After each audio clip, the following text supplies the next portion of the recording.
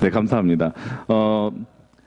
우리 기장 총무 선거를 시작을 하면서 이런 자리를 만들어 주신 우리 이은교회와 제주노회 목사님들에게 너무나도 감사를 드리고요.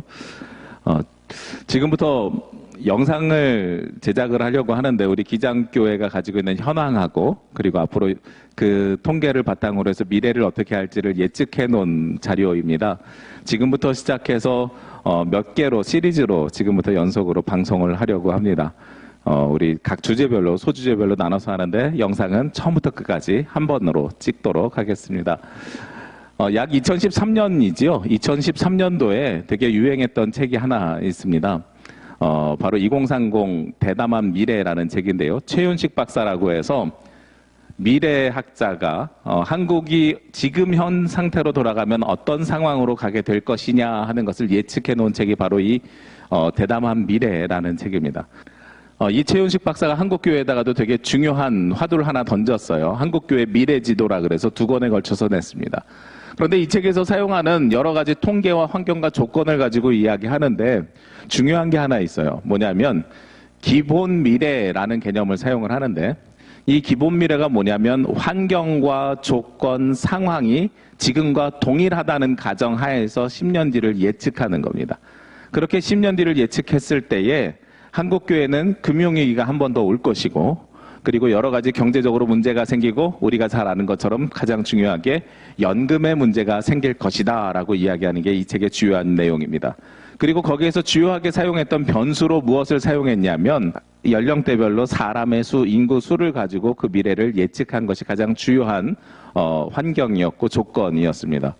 저는 이 방법을 가지고 지금 현재 상황대로 기장교회가 돌아가게 되면 그리고 한신대학교가 돌아가게 되면 앞으로 기장의 미래가 어떻게 될 것인가 하는 것을 예측해 보려고 합니다. 그러면서 중요하게 생각한 것 중에 하나가 무엇이냐면 목회자와 그리고 성도 수, 이 두 가지를 비교하는 거예요. 최윤식 박사는 인구수를 가지고 비교를 했는데 그런데 인구수가 아니라 우리는 목회자 수를 가지고 해야 된다라는 거죠. 우리가 잘 알고 있는 것처럼 학령 인구가 감소해서 한신대학교 신학과에 입학하는 학생들이 줄어든 것은 사실입니다. 그리고 갈수록 그것은 더욱더 줄어들 것은 자명해 보입니다. 그리고 기독교가 2007년 분당 샘물교회가 아프가니스탄에 다녀온 뒤로 부정적인 인식이 사회적으로 많아져서 기독교를 떠나는 사람들도 많아졌습니다. 그러니까 사회적으로는 기독교 인구가 감소하고 학령 인구가 줄어들면서 청년들이 감소하고 그리고 거기에 따라서 신학생이 줄어드는 건 당연하게 된 것처럼 느껴집니다. 그런데 신학생이 줄어든다고 해서 그리고 혹은 인구가 줄어든다고 해서 우리 앞에는 어떤 변화가 일어날 것이냐 하는 거예요. 제가 여러 군데서 이 강의를 해보니까요. 목사님들이 대부분 그렇게 말씀하세요. 신학생 줄어들어도 괜찮아. 어차피 목회자들이 차고 넘치잖아 라고 이야기를 해요. 그런데 진짜로 우리 주변에 보면 목회자들이 차고 넘칠까요? 이것은 다른 교단의 통계를 가지고 이야기할 때 그렇습니다. 다른 교단들은요, 목회자들을 너무 많이 생산해내가지고 목회자들이 차고 넘쳐요. 목회자들이 차고 넘치게 되니까 그들은 목사들이 생계를 유지하기가 어려워서 대리운전을 하고 택시운전을 합니다. 심지어 2017년에 예장 통합에서는 무엇을 결의했냐면 총회가 운영하는 7개 교단의 총회가 직영하는 7개 신학교에 앞으로 3년간 13%의 입학 정원을 감축시키기로 했습니다. 그러면 우리 기장교회 현실이랑 맞는가? 그렇지 않죠. 기장교회는 지금도 수도권을 넘어서면 부목사가 없다고 난리입니다. 오죽하면 우리가 부목사 2년 의무 지방 사역자를 만들었겠습니까? 그것뿐만 아니라요. 예전에는 목사님 전철이 들어가지 않는 곳은 교육전도사들도 가지 않습니다라고 이야기했는데 요즘은 강남도 넘어가지 않습니다라고 이야기할 만큼 부족해져 있는 현상입니다. 지금 우리 교단은요. 부교육자 난에 시달리고 있다고 해도 과언이 아니고요. 그리고 왜 이렇게 지방으로 부목사들이 안 내려오는가라는 것을 쉽게 이야기하고 있습니다. 그러니까 타교단의 통계와 우리의 통계는 다르죠. 그리고 여기서 한 가지 더 말씀드리고 싶은 게 있는데요. 어차피 교회는 줄어들게 돼 있어, 구조조정하게 돼 있어 라고 이야기를 해요. 어차피 목회자가 줄어들어서 교회가 줄어드는 것이 당연한 것인가? 아니요, 전 좀 다르게 생각합니다. 성도들이 감소하는 수보다 기장교회 목회자들의 줄어드는 수가 훨씬 더 빠르거든요. 그렇게 되면 벌어지는 앞으로 향후 기장교회만의 특징, 문제는 어떤 것들이 생길지 한번 생각해 보셔야 돼요. 우리가 화면을 보시면 성도의 감소는 무엇으로 이어진다고 이야기하냐면 바로 폐교회로 이어진다고 이야기합니다. 교회가, 성도가 없어지면 교회를 문 닫게 되는 거죠. 그런데 목회자의 감소는 무엇으로 바뀌게 될까요? 타교단으로 넘어가게 됩니다. 무슨 일이냐면 만약에요, 성도가 50명 모이던 교회가 성도가 감소해가지고 10명 이하로 줄어들었어요. 10명 이하로 줄어들었다가 나중에 한 명도 안 남으면 그 교회는 그냥 폐교회 하면 됩니다. 그런데 10명 이하로 줄어들어 있는 상태에서 목회자가 부족해서 그 교회 목회자가 부임하지 않아요. 목회자가 부임하지 않게 되면 그때는 무슨 일이 생기겠어요? 기장에서 목회자를 보내지 않아? 그런데 아까 말씀드렸던 것처럼 타교단에는 목회자가 차고 넘쳐.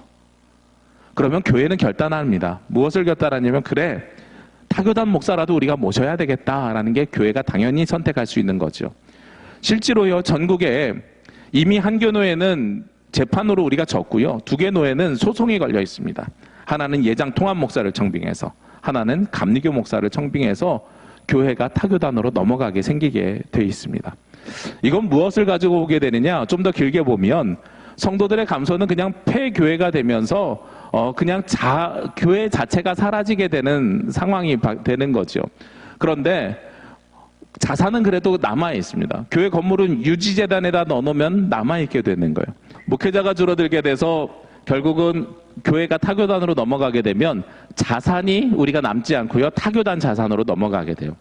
자산이 남아있으면 우리가 어떤 희망을 볼 수 있냐면 한국교회가 앞으로 벌어질 예상하지 못한 변수에 다시 회생할 수 있는 기회가 생길 겁니다. 저는 개인적으로 교회는 반드시 다시 살아날 것을 믿고 있습니다. 왜냐하면 2000년의 역사 속에서 교회는 항상 위기였고요. 그리고 그 위기를 여러 가지 방법으로 극복해서 지금까지 교회가 살아있는 것입니다. 그러니까 교회는 반드시 살아날 수 있는 회생의 기회가 있는데, 우리가 복음을 붙잡고 있으면 회생할 기회가 있는데, 자산이 남아있으면 그래도 새로 사람을 뽑아가지고 거기다 투입을 할 수가 있죠. 그런데 자산이 사라지면 그 기회조차 사라지게 됩니다. 심지어 우리나라는 다른 나라가 가지고 있지 않은 아주 중요한 변수를 가지고 있습니다. 어떤 학자들은 남북통일이 블랙홀이라고 이야기를 하는데요. 남북통일만 이야기하면 모든 것이 다 답이 없어지기 때문에 그래요. 만약에 남과 북이 통일됐다고 가정해 봅시다. 우리가 평화 이야기를 하고 통일신학을 이야기하면서 가장 먼저 북에다가 선교사를 보내야 되고 목회자를 파송해야 되는 교단인데, 그런데 우리는 자산이 남아있지 않아서 목회자가 없고요, 교회가 남아있지 않아서 지원을 못합니다.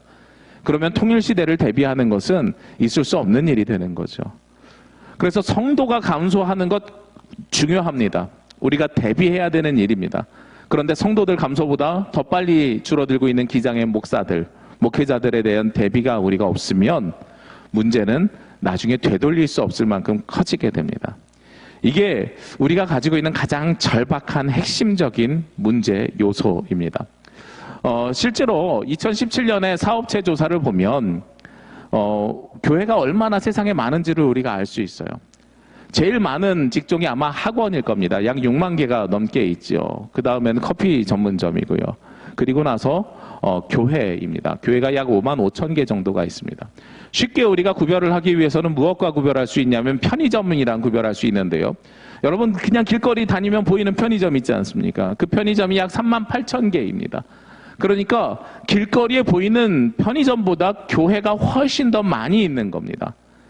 이 상황 속에서 기장은 갈수록 없어진다라고 생각을 해보십시오.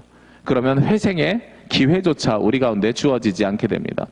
제가 아까 말씀드렸던 것처럼 예장 통합과 기장은 많은 차이가 있습니다.